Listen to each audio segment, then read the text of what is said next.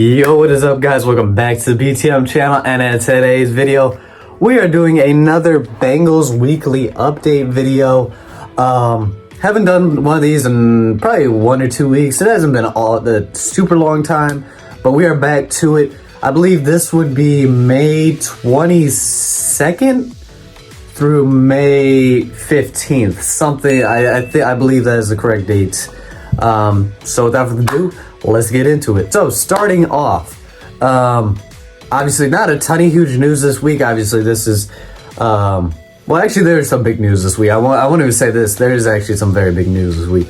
So starting off, the Bengals had a third round draft grade by ESPN on the draft pick Tycen Anderson. Obviously that was our 5th round pick. We traded up to get him.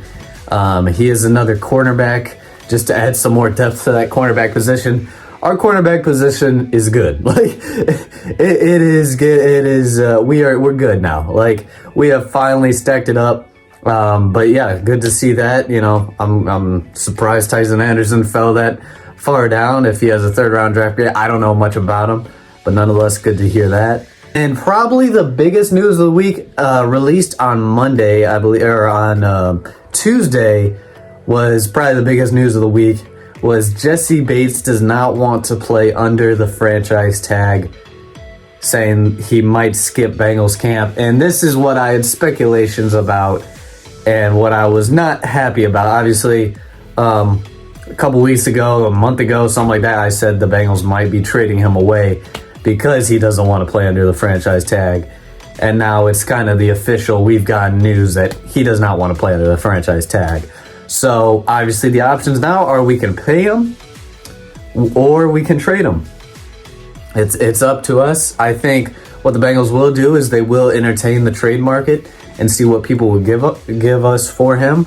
But you know, we'll see what people will offer us, and I think if the right offer comes on the table, obviously we'll trade them away, take whatever they're giving us. But at this point, you know, I don't see, I would doubt he would get traded. But it's going to be very frustrating if the guy's just sitting on our bench doing nothing just because of money. But that's what NFL players do nowadays. Pretty disappointing in the NFL players these days, all money hungry. Alrighty, and then very good news here. Obviously, training camp has started. That is one thing. I believe that started last week. They have started training camp, and Cam Taylor-Britt, our 2nd round pick, has gotten a ton of praise from not only teammates, but also reporters and just other analysts in the NFL community. He has gotten a lot of praise just because of his pure athleticism and size. And yeah, they're saying he could be possibly the best cornerback in the draft. But obviously that's saying, you know what I'm saying, we got a long way to go.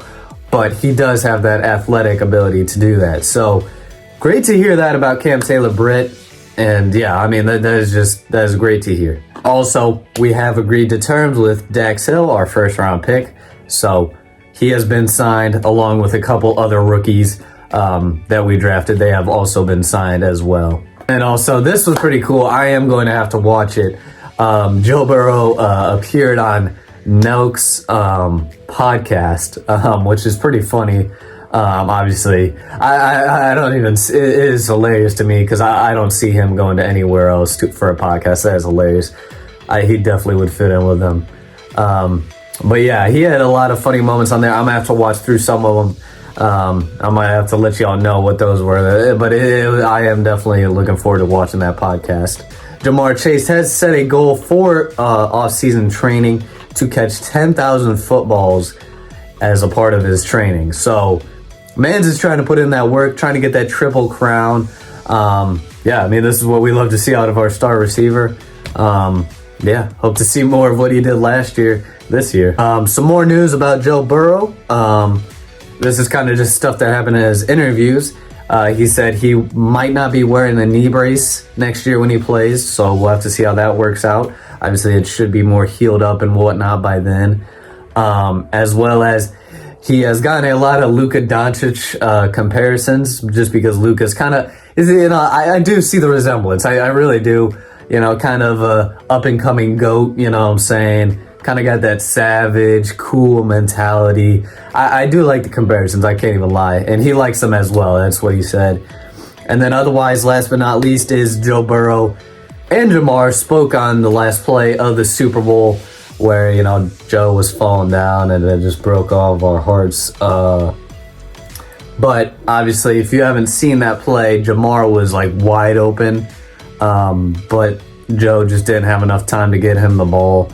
And yeah, but he said Joe did look at him and he was going to pass it to Jamar, but obviously didn't have enough time. By the time I'm sure he saw him, Aaron Donald had him by the waistband and pulling him down, which is just, you know, unfortunate. You know, yeah, we don't need to relive that sad time. But yeah, that is going to be it for today's video. Make sure to like and subscribe. I'll see you guys in the next one. Peace out.